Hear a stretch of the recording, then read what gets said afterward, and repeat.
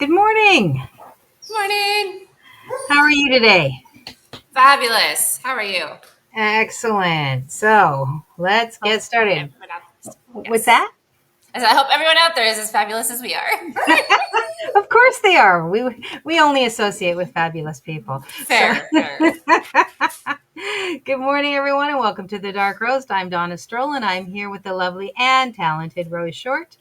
And today's topic of discussion is going to be about leveraging influencer marketing partnerships to boost your affiliate sales. Now, when we say influencers, we are generally talking about micro influencers. I mean, you can reach for the stars by all means, knock yourself out. But we want to make it accessible and applicable to the people who are just starting out, people who are newer in their marketing journey, or who have been on it for a while and need something to give them a little bit more oomph over that hump. So, Yes.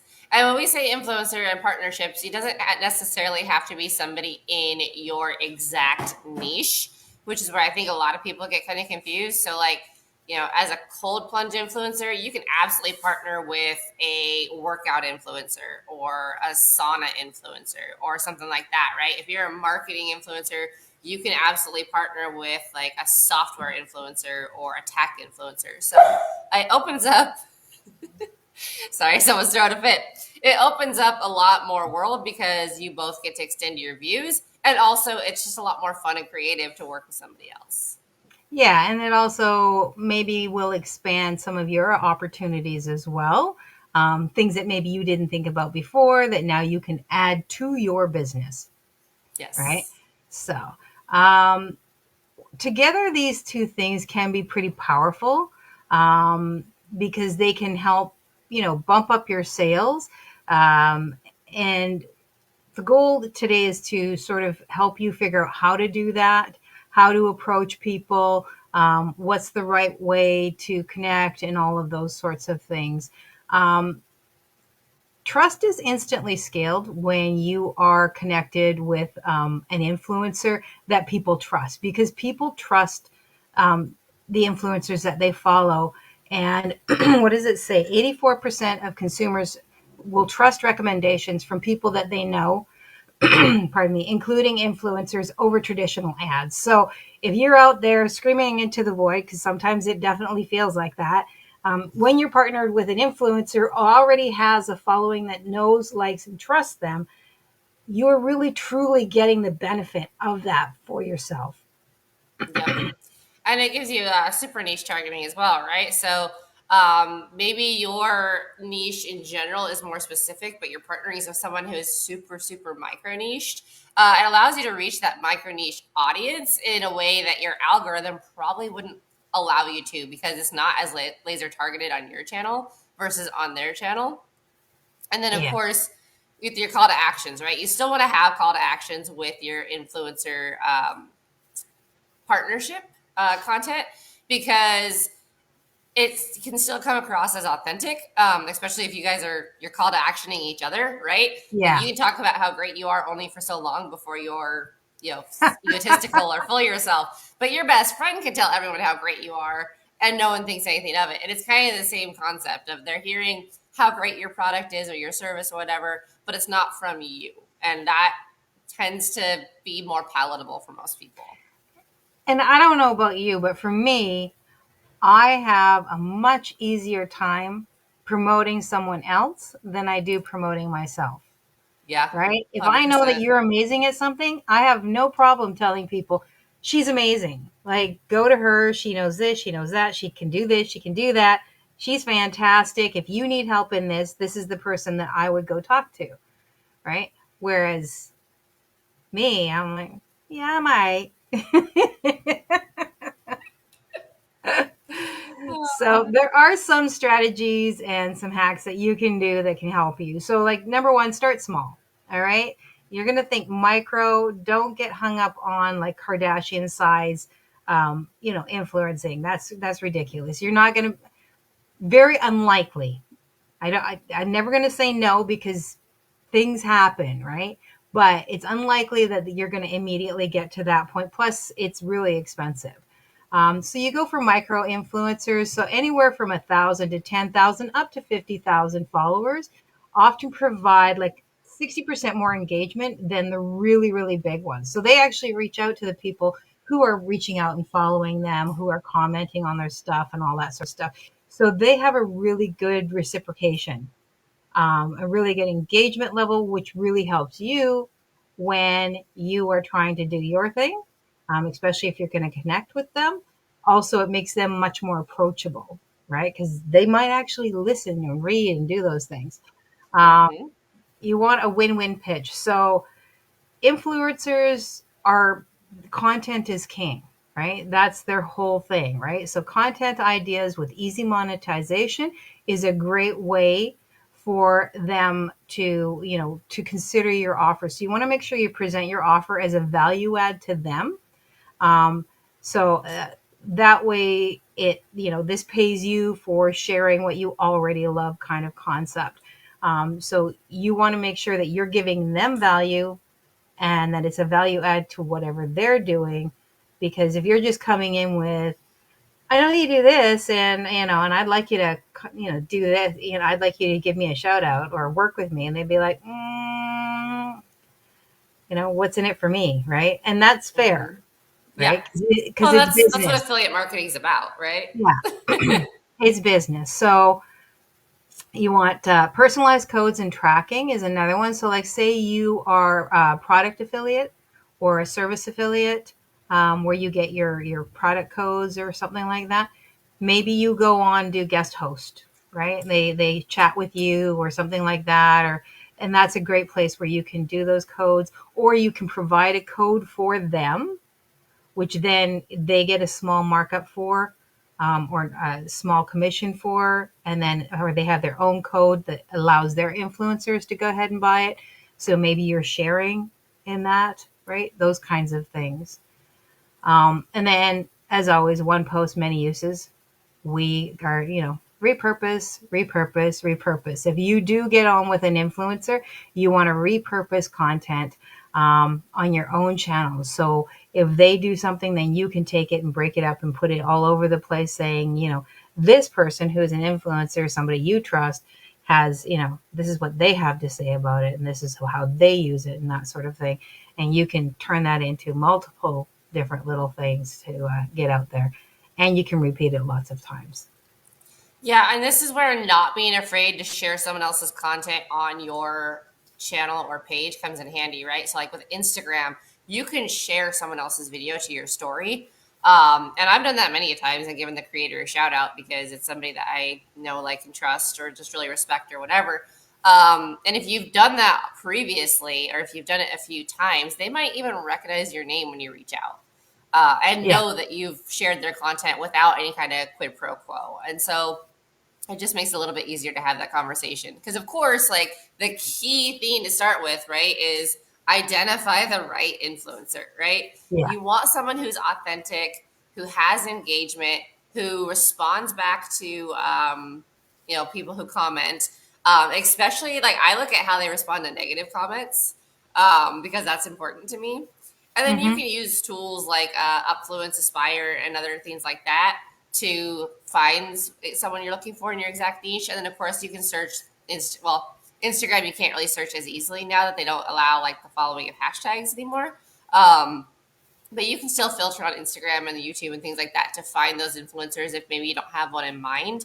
And Yeah. then, again, I would make sure you follow that person and that you've engaged with their content. Like I said, even shared a video or two of theirs, or even recommend it if it's on YouTube, because YouTube's a little bit harder to share that way. But Yeah. even if you recommend their channel or something like that, like, if there's a track record of you supporting the influencer in some way or another, it's going to be a lot easier when you get a hold of Yeah. them. Much more easy to get that quid pro quo. And you also want to make sure that you're preparing, whether, it's like, you got to have your pitch and you got to have it down. So just like an author that needs to have that elevator pitch, or that inventor that needs that elevator pitch, you need to have a pitch that is down pat. You want to keep it personal. I love what you did. I love your most recent whatever, your review or really the latest product. I love the way that you talked about this. I just love seeing your stuff. It makes me happy, whatever, make it personal and also how it relates to what you're doing, so that you're putting that together quite seamlessly and comfortably. So it doesn't sound like, "Oh, I really like you what you sold. Hey, I also do this." Try to get it much more. And this is going to take a little bit of time, but you can rework that over and over until you've got something and test it on people too. And then get to the point, right? Make it quick. That's the whole point of an elevator pitch. You need to be able to say it in a very short period of time, very succinct, what it is that you're doing, what it is that you want. You want to get that confidence to be comfortable, to reach out, to be personal, but not overly personal, not like creepy stalker personal, and say what you want. Show them how it benefits them, what they can get out of it, what you're looking to do. Just make it very quick, very concise, but also very personal. And you will have to rewrite it a few times before you send it off or before you reach out. So, Yeah.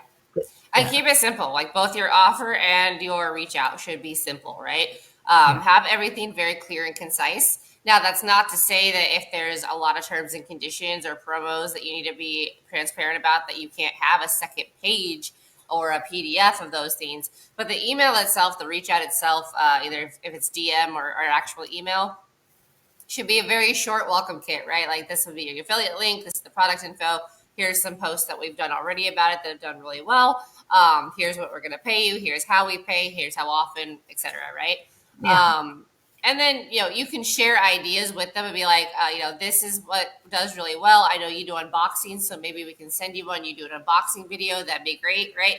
Like make sure that you can tailor the experience to what their expertise is, and just keep it super, super simple so they're not having to think how they're going to do it on top of agreeing to it, right? Unboxings are easy. Like, hey, if I send you this product, which this is what this product does, will you do an unboxing video? And here's an affiliate link.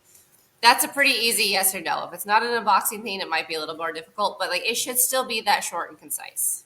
well, yeah. Like if there's somebody who does reviews, you can ask them to take a look at what you got, and see if they'd be willing to do a review. If you give them like a code where their listeners can get a certain amount percent off, or free 2 weeks or free 30 days or whatever, however that works for whatever you're doing, so that they can offer a benefit to their listeners. Be sure that you really do believe in your product, whatever it is, whether it's a service or a physical product, it doesn't really matter. Make sure that you really truly believe in it, because if they do take it on and they don't like it, they have every right to say nope or tell their people don't do this, Right. right? You're going to have some influencers that will love everything, and those influencers tend to go by the wayside than the ones that are honest. So you want the honest ones, but the honest ones are going to say if they don't like your stuff. So make sure you really truly believe in it. um, Yes. yeah, and like you were saying, collaborate on content, right? You want to make sure that what you're giving them and what they're going to do matches what you need as well. So a collaboration is you're working together, not just giving it to them and letting them run with it, and not just giving them anything either, right? It's that school project. You want to make sure everybody's doing their part, not just the one person that ends up doing everything for everybody else, and then you hate them, right? I don't know. Sometimes it made it a lot easier. It does make it easier for everyone else, but not the person who has to do it. So, I disagree. Sometimes if they're not inputting, it makes it easier for the person doing it as the person who is usually that person, because then I didn't have to ask their input. I just did. so yeah, if they're a control freak, is what you're saying. Yeah, I know. I have If the control shoe issues too. fits. I have control issues too. I get it, but at the same time, do your damn job. So, Yeah. Yeah. In this particular instance, it's going to be a whole lot more beneficial if she stopped. If earthquake. you're working together. Puppet, yeah. Uh, And then, of course, you know, measure, optimize, repeat, which we always talk about, and use your stats. I mean, Yeah. it's so easy to get emotionally connected to our content, but sometimes the emotional content is not what does well. So use your Yeah. stats, and make sure that you're pivoting accordingly. Yeah, and that's where you're focusing on your tracking and your incentives, right? Like we say, you got to make sure that you have clear tracking because you need to know if it's actually the traffic is coming from where you think it's coming from, especially if you're putting some investment towards an influencer, because smaller influencers might be willing to do trades, right? But the larger they are, it's about money. So if they can make money, they're, whether you're paying them or you're giving them discounts or whatever, you need to make sure you're tracking where your traffic is coming from to see that it's a viable connection, it's a viable collaboration for we both. And again, like I was saying, tiered incentives, that kind of thing. So more commissions or more sales, better commissions or something like that, or bonuses Yeah. for hitting X number. These are things that you can do with your collaborator to help bring them to the table and maybe incentivize them as well. Yeah. And I would say one area where people usually trip up when it comes to this is if you're sending a product, make sure you have something in your agreement that has been discussed, obviously, that gives you permission as the product owner to use that video. So either have something where like they'll post the video, but then they'll send it to you or something like that. Because if their video does really well, you might want to put it on more of your platforms. You might want to put it on your website. You might even want to use it as an advert, right? And so it's super important that one, you discuss that with that creator, and two, you have permission to do so. Yeah. Because there's nothing worse than having a video go viral and then going, cool, I never asked for permission to reuse this, which means Yeah. I don't know if I can. Yeah. And then you got to go in after the fact. And once it's viral, then they have more leverage to ask for more, right? Mhm. And so, I mean, those are just basic contract rules, and you can look those up online.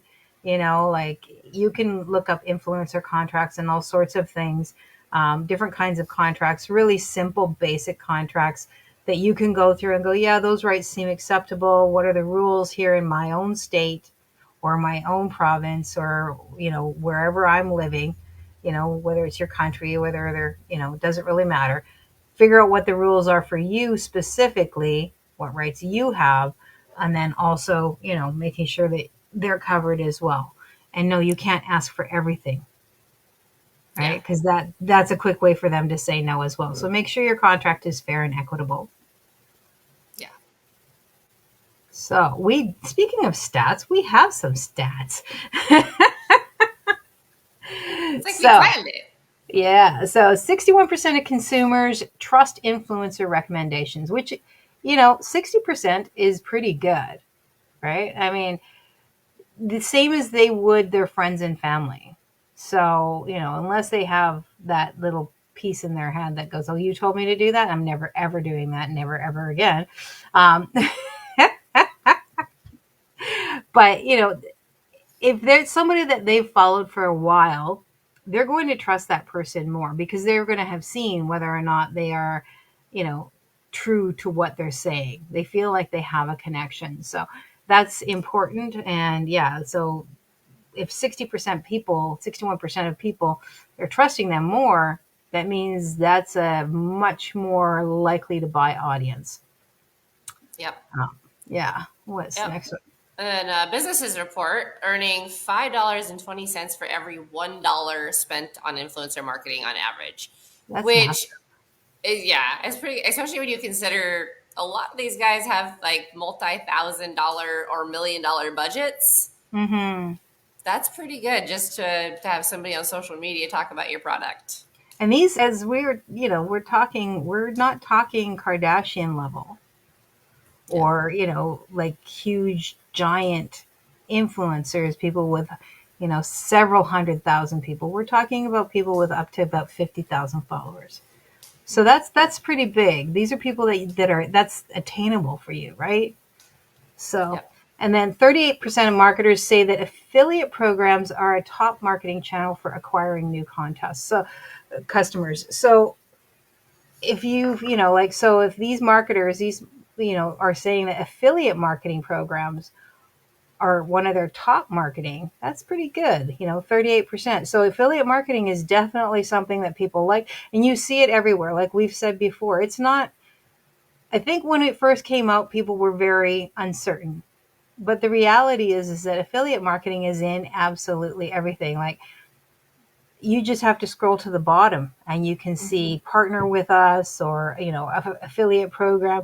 Those are a couple of the ways that it's put there, but it's almost always down with the about me and other links, contact us links and stuff like that, is partnership opportunities.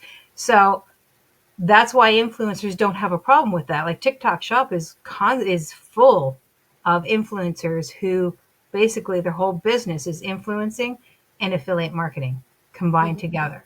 So, Yeah, affiliate marketing is not new. It's changed over the years, especially with the pandemic, right? But like yeah. before, it was brand ambassador. That was really what it was called before it evolved into affiliate marketing. Um, because brand ambassadors at least 20 years old, like Oh they've been yeah. companies for the last 20 years. They're like, and even with YouTube, right, when YouTube came out, then all of a sudden you had all these companies that were like, hey, can you talk about us on your YouTube channel? Hey, we're going to send you this, can you do a review? Hey, we'll do a paid promotion slot because you've got a lot of followers, right? um, so it's not new. It blew It's just, up in the and it last 5 years. transitioned more from the physical world to the digital world, I think is the Mm-hmm. big thing, right? Because Yeah. prior to 2020, yes, it was online too. It wasn't not online, but you saw it more in the physical world, Yeah. right? So like even our dentist, if you refer somebody, here's $100 off for your next cleaning. Mm-hmm.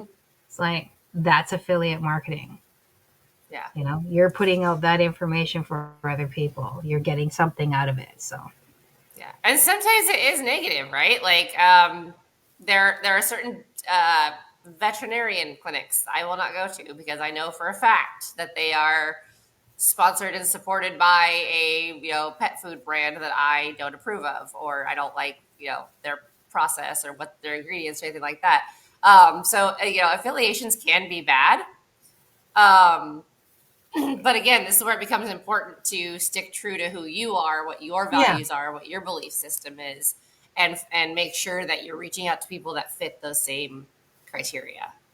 yeah. And the only way you're going to do that is to make sure that, one of my favorite words, research, right? If you are looking to, you're brand new to the influencer world and micro influencers and you're searching, make sure you do the research. If you've decided on one or two people and you're thinking, yeah, these guys seem like they would be a good fit, take the time to research them. Research their content, and also, if you can, what other people are saying about them.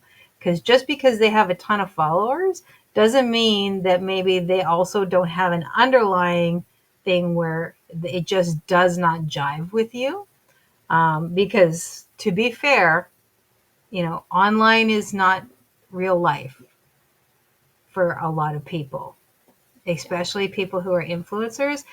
Sometimes they get caught up in the influence and forget who they are, and that's, it happens. They're human beings, so I'm not crushing them on that, but just recognize that they might have a lifestyle outside of their influencing that doesn't follow up with who you are or what you're trying to do. So just do your due diligence, just like anything else. You're going to invite them into your home, make sure you know who they are. Yeah. Yep. So there it is. Yeah, there's this. I don't remember what it's called. My significant other talks about it all the time, but it's the scene in your brain where um, you still trust people that you trust, even if they've told you completely wrong information. So, Yeah. like, if there's an influencer that you like and follow who's talking about something that you are really proficient at, or like, you're the SME in it, and they get it absolutely wrong, your brain goes, no, that's absolutely wrong. But then their next video, if it's something you're not a SME in, you're still just completely trusting them, right? So I'm not saying it's good that our brain does that, and I'm not saying it's bad that people get things wrong. Um, But bear that in mind that while, yes, there is a certain amount of your following who will probably hear the misinformation and be like, well, they're human. They're allowed to get stuff wrong. There's also going to be a subset that are going to call you out on it. So this is where humility and accountability come into huge play Yeah. with influencer marketing. And especially if you have done your research, reached out to what you thought was a good company, and then it turns out that they're not. Like, again, we've talked about before, the whole honey debacle, right? Yeah. Everyone thought honey was a great idea until they realized honey was taking commissions from affiliates. So having the ability to be like, hey, I was wrong, or hey, like I thought this was something else, is going to go a long way as well. So bear those things in mind too, that sometimes, you might have to do a retraction video, or if that somebody that you've done a partnership with gets into a little bit of trouble, you might, be expected to do a response type video to it. Mm-hmm. So bear all these things in mind. And if you have a good relationship with that influencer that you've collaborated with, you can probably converse with them about it and like kind of handle it together as well. Yeah. Yeah. There's, I mean, anytime you're involving thousands of people, you're going to have some hiccups here and there, and that's okay. That's all part of business.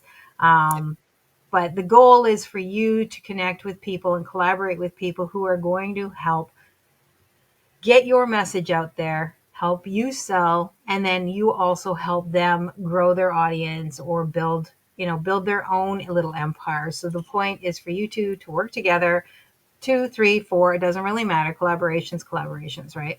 Um, to help build each other and make it mutually beneficial. And like all partnerships, if it's not working, you have the right to walk away and you have the right to say, this didn't work out.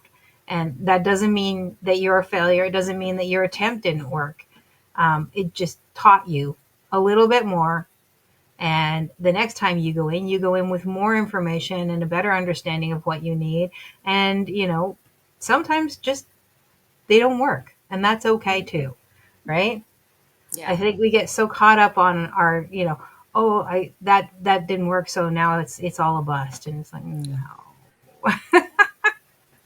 I would say when you craft your pitch, Hmm. include deadlines. Oh yes, Because there are a number of people who will do it right away, and there are a number of people that if you don't give them a deadline, then they don't think it's important, right? Um, I'm so deadline driven, so save yourself the headache and put yeah, deadlines.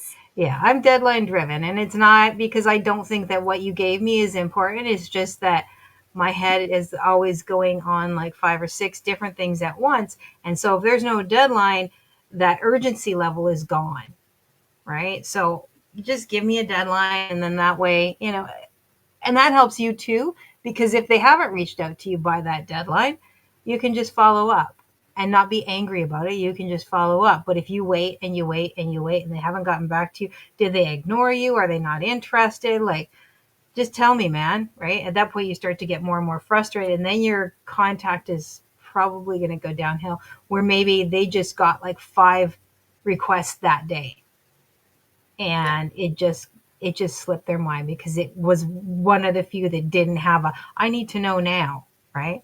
Be reasonable with your deadlines. These people, Yes. especially with influencers, they probably get a lot of requests, so just be reasonable. And again, try hard to be authentic, because again, they will probably be getting a lot of requests. So make sure it's clear that you do follow them and clear that you do understand who they are. And you're not just like, oh, I scrolled your page and it was so awesome. And I'd love for you to be a brand ambassador for us. Really? You're teeny weeny mega kitty clothing? Me? The 50 something year old woman, you want me to be your brand ambassador? Have you looked? Right. So it's Well, important that you pay attention. and there are scammers out there who are doing that. They're building fake websites and, yeah, offering you all kinds of paid promotion and stuff, and you're not going to see it. So beware the scams, Yeah. and beware the profiles that reach out saying they're an ambassador for a company, but their profile doesn't match that. Like the first thing I look at when somebody messages me is their profile. And if their profile has nothing about the company they're supposedly reaching out for, I don't even respond. And that Yeah. might be that they're just hiring, SAs, which is fine, or PAs, which is fine. But still, I want to see that you're affiliated with the company before I say yes or no. Yeah. And usually I would think too, another thing is if you've been like you with Bones Coffee, right? You've done you've done videos, you've got you've said the ones that you like and stuff like that. So if somebody from Bones reaches out to you, you're not going to feel like it's bullshit Yeah. so much as if somebody from 𝐋𝐞𝐳𝐶 reaches out to you and says, "Oh, I love your style. I would love it if you." It's like, "Have you seen my style?" Exactly. So just your job is to be aware, but also to recognize that they probably get a lot of that as well. So it's important for you to make sure that it really shows that you do know who they are and what they do and how they do it, and not just some blanket generic statement. Yeah. So some things that you can do. So this is a quick little checklist for you guys. Identify 3 micro influencers in your niche or surrounding your niche. Like we said, it doesn't have to be specifically in your niche, but ones that would be easily connected to your niche. Then you're going to DM them or email them with your tailored benefits focused pitch. Again, authentic, personal, quick, to the point, showing them what you have to offer, what the benefits are, so that for them, so because it's not, they don't give a crap about the benefits for you, right? They know what the benefit is for you. And then you want to make sure you provide a unique tracking link for them and an example post, so that they know exactly what you're doing or what you've been doing. So make sure your content's decent. And then offer like a simple first time bonus, like a gift or a higher initial commission, or just a bonus payment, or a bonus item or whatever. Like give them, if you're doing software, maybe you give them 6 months or something, or 3 months trial, something that they can actually use and get value out of before, because a month is a nice taster, but generally not super useful. And then measure your first campaign, right? Collect the feedback, scale up, figure out what works best for you, because we are all about making sure you're paying attention to your metrics. We love the data. So I think that's all of that for there. That is, yep. So next week we're going to talk about something that we kind of talked about before, but we're going to shift it a little bit. So how to choose the right affiliate network for your niche. So we talk about platforms a lot, but now I want to talk about network connectivity and how that will help you out. Because it's a full thing, right? All these little things factor into your business. And we don't necessarily think about all the nuances when we jump in and we're just, paddling as hard as we can to try and get somewhere. We're so busy paddling that we maybe miss some of the little things that help make it so that it's easier for us. So just remember, you don't need a huge budget or any kind of fancy software or anything like that. Always start where you are. Like that's a key thing that I always say. Start where you are with the audiences that you want, to partnership with creators that you love or that are in your niche, or at least, circling your niche. And then, use that to empower yourself to create, to reach out and create a campaign that's going to bring you more followers or bring you more connections, help you reach more people to get more sales, because that's the goal. Bottom line is to help you get more sales and to build your own credibility as well. Yeah. Right? So that's it. That's all. We look forward to talking to you guys next week. If you found this helpful, please drop a comment, share, and hit that subscribe button. Your feedback is super helpful in growing this channel. And of course, if you have any questions or if there's any specific thing that you would like us to talk about, drop that in the comments too. Happy Friday! Happy Friday, everyone!